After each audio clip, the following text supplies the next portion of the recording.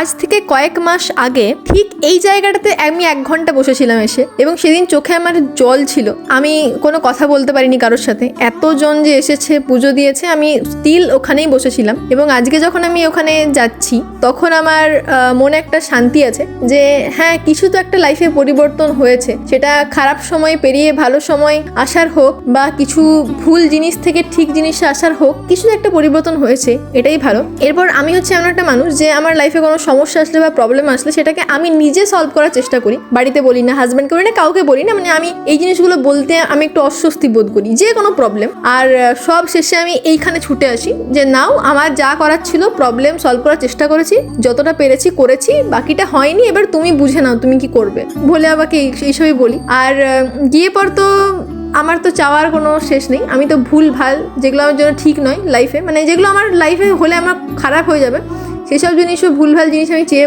বসে থাকি। তারপর ভোলে বাবা দিয়ে দেয়, যখন দিয়ে দেয় তখন বুঝি না, এটা তো আমার জন্য ঠিক নয়।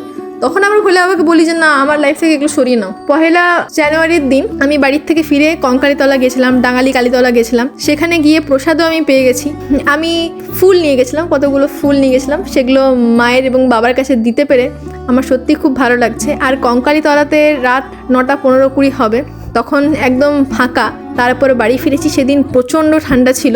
আর সত্যি আমার এই দিনটা এরমভাবে কাটিয়ে খুব ভালো লাগছে। আমি আগের বছর যখন পিকনিক করেছিলাম 1 জানুয়ারি, আমার মনে হয়েছে যে ওই দিনটার থেকে আমার একটু এরমভাবে 1 জানুয়ারি কাটিয়ে সত্যি ভালো লাগছে।